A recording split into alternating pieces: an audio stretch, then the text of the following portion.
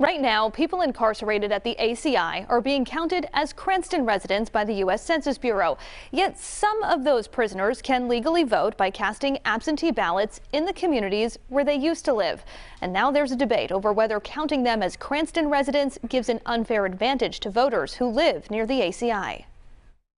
When you look at the facts of this, I don't see why we're trying to change this here. Steve Frias previously ran for the House seat in Cranston's District 15. It was a high-profile race where he attempted to unseat then House Speaker Nicholas Mattiello.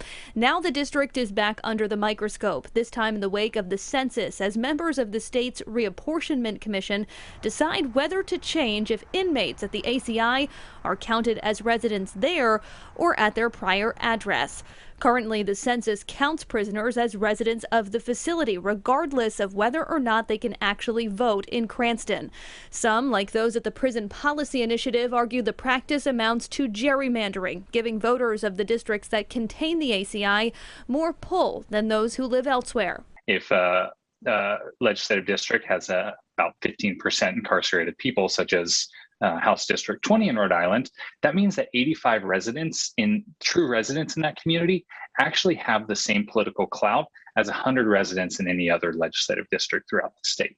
Frias, who served as the chairman of the Charter Review Commission in Cranston, disagrees. Okay, there's a lot of non-voters. We count them where they are physically at the time of the census.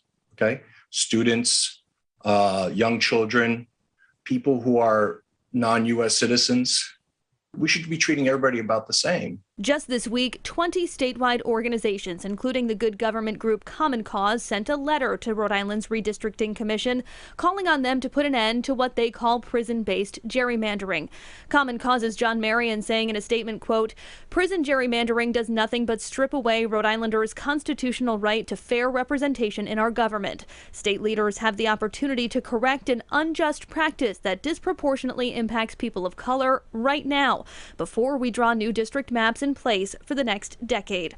So far, 12 other states have changed the way prisoners are counted, including Connecticut and most recently Pennsylvania. That's going to make sure that everyone has an equal voice in their political process and an equal. And the Reapportionment Commission is set to meet to discuss this topic on Monday, November 15th at the State House. Their final maps are due to the General Assembly by January 15th.